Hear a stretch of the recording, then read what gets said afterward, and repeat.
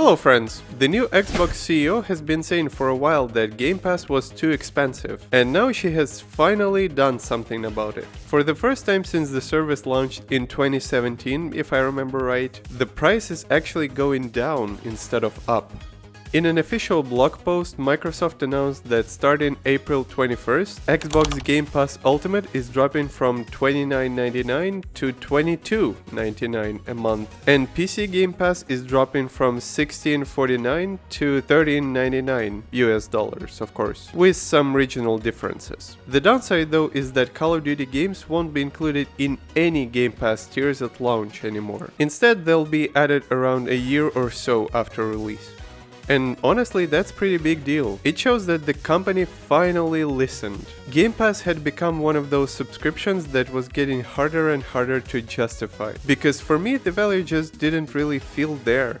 They could have added more perks, sure, but I guess lowering the price works too. And hey, even if the drop isn't massive, at least it's not another price hike, right? The Call of Duty part is where things get a little bit mixed for me. I think the original plan was probably to use a huge franchise like that to push more people towards subscribing on day one, but if they're pulling back now, that kind of suggests that the strategy wasn't really working. At least that's how it looks to me. My guess is that somebody finally ran the numbers and realized that a lot of people would rather just buy the game outright than deal with any subscription service shenanigans. Which is a little bit confusing, I mean, why they haven't done it in the first place. But honestly, I can believe that. I usually prefer buying games instead of just relying on subscription services. At the very least, this move makes it feel like Microsoft isn't treating Game Pass as its main monetization strategy anymore. And who knows, maybe this new lower price will actually help the service a bit, even without Call of Duty doing the heavy lifting. Capcom looks really unstoppable now, because even a new IP like Pragmata has sold over 1 million copies in just 2 days after release.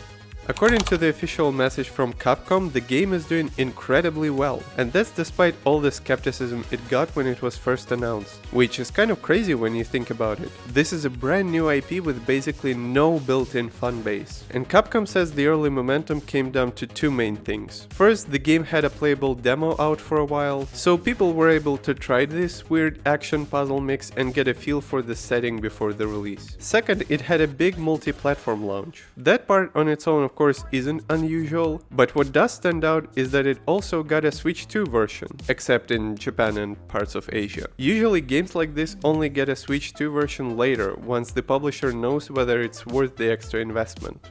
So yeah, all in all, this year is looking amazing for Capcom. First Resident Evil Requiem and now Pragmata, and we're not even 6 months into the year. Two strong games, both selling well, and it's not just sales either, people seem to genuinely love this game. The game hit overwhelmingly positive reviews really quickly and got a lot of praise on Metacritic too. And I'll be honest, I'm a little surprised. I was definitely one of the people who had doubts about the puzzle combat stuff and whether it might get repetitive. But from what everyone's saying so far, that doesn't seem to be the case at all. Mostly because it sounds like it was designed really well. The developers made it flexible enough that it blends into the rest of the game in a way that feels fresh and fun. So yeah, what's not to love? And once again, getting back to the bigger topic, this is just a proper single-player action game. No microtransactions, no live service mechanics, no battle pass, just a good old-fashioned video game. At this point, how many more games like this need to succeed before other major publishers realize they do not need live service games to make money? A lot of people are very excited about Metro 2039, and Dmitry Glukhovsky in particular. The creator of the Metro books and one of the people who's worked closely on the games is clearly very eager to hype up the new entry. In a recent post on X, he said that Metro 2039 should be seen as more than just a game, and called it an experience. He also said it's the most grown-up story in the history of the series. Now, on one hand, this kind of thing is pretty normal, right? If you're making a game, of course you're going to want to talk it up. And honestly, from my experience, most of developers see their work as art, whether it's a mobile match 3 game or a massive AAA title. And to be clear, there's nothing wrong with that. That part is completely understandable. But on the other hand, not many development teams are bringing the same kind of real-life perspective to a story like this. After all, the game is about war, and the people making it are living in a country that is at war right now. And if the game really is putting more focus on tighter storytelling and a more deliberate approach, then that experience could absolutely give it something special. I mean, who else could tell a story like they can? It really could make it feel like more than just another game. That said, these kind of statements can be risky. When you talk about your game like this, you're setting the bar really high. And if the final result is anything less than incredible, it can absolutely come back to bite you. Still, the upside here is that 4A Games clearly seems confident in what they've made, and that definitely gives me a bit more hope. Although honestly, I was already sold before Glukhovsky started doing the promos. It looks like AI skills are becoming more and more valuable in game development, or at least that seems to be the case at Ubisoft. According to a recent job listing for a technical art director on an unannounced AAA project, the company wants someone who is comfortable using generative AI tools like ComfyUI, MidJourney, NanoBanana, and others. And there is also a separate listing for a prompt specialist. And that role seems to revolve around one big question. Out of everything generative AI can do, what could actually be fun and interesting in a gameplay setting? Now, this doesn't necessarily mean that every single new hire suddenly needs to know AI tools, but it does set a pretty interesting and honestly pretty divisive precedent, especially for a role like art director. This isn't some support role or some experimental R&D position. This is as core to a game production as it could possibly be. And AI knowledge isn't just listed as a nice to have, it is a hard requirement. So yeah, it looks like for Ubisoft at least, AI is now officially part of the game development pipeline. And maybe that wouldn't feel so uncomfortable if Ubisoft hadn't also been cutting stuff and shutting down studios. Don't get me wrong, I do think AI can be a useful tool. I think it can absolutely make certain areas more efficient. But from the outside, this really does give that impression that they are laying people off and then expecting other people to make up the difference with AI. And that's exactly why there is so much stigma around this technology in the first place. Even if the two things aren't directly related, the optics are terrible. So what do you think? Is it possible that in a few years AI proficiency ends up being a requirement for pretty much anyone trying to get into game development? Because I sure hope not. If you have ever worked in games or even just love playing them, there is a good chance you've had the thought at some point, I kinda wanna make my own game one day. And if that sounds familiar, then apparently you've got something in common with Troy Baker. You might not immediately know the name, but you definitely know the characters. He's voiced Talion in Shadow of War, Booker in Bioshock Infinite, Samuel Drake in Uncharted, and of course Joel in The Last of Us. You do what I say, when I say it. Joel, I can handle myself. It's called luck, and it is gonna run out. And a whole lot more. At this point, he's basically one of the most recognizable voices in gaming, and he's clearly a big-time gamer too. In a recent interview with Eurogamer, Baker said that he's already started talking with different companies about creating his own game, but he also made it clear that he doesn't want to rush into it. Right now, he's still figuring out what story he wants to tell and who he wants to tell it with. And on top of that, he wants to make sure that when he finally does it, it lives up to kind of stories he spent years being a part of in those big AAA projects. Now, this kind of thing isn't exactly new, is it? Big influencers try to make games all the time. Shroud tried it with Spectre Divide, and Dr. Disrespect did it with Dead Drop. And that's just the tip of influencer iceberg who think they know how to make a good video game. But Baker does have one obvious advantage here. He already has strong relationships across the industry. And after everything he's done, I really doubt many companies would just shut the door on him immediately. That said, getting in the room is one thing. Getting a new IP approved is something else entirely. Big publishers are really cautious about that stuff these days, even when a recognizable name is attached. Making games is a great ambition, but the truth is, a lot more people fail at it than succeed, no matter who they are. Still, I'll say this, making video games has been one of the most rewarding experiences of my life. So if he really wants to do it, I genuinely wish him all the luck in the world.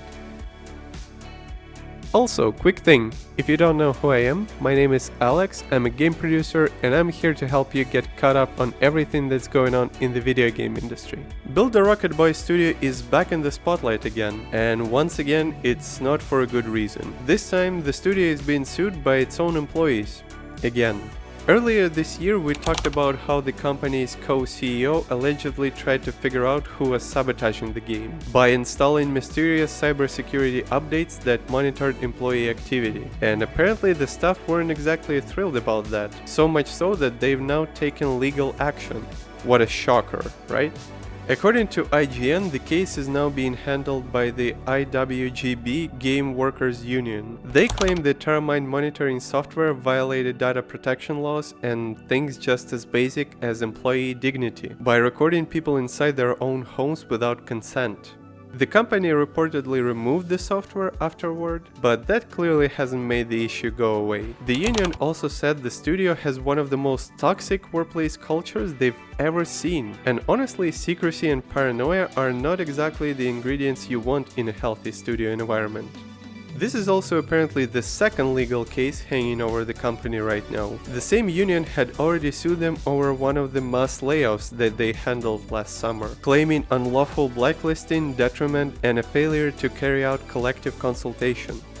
You know, there is an old saying that a fish rots from the head, and honestly that's all I can think of whenever I hear about this studio. Leadership seems so desperate to prove the game was sabotaged on purpose that they're willing to bulldoze through labor law and basic decency to do it. And at that point you really have to ask, was it worth it? Because this whole bizarre witch hunt seems to have cost them their reputation, their employees, whatever goodwill they had left in the industry, and now probably a decent amount of settlement money too. And the kicker is they still haven't shown any actual evidence.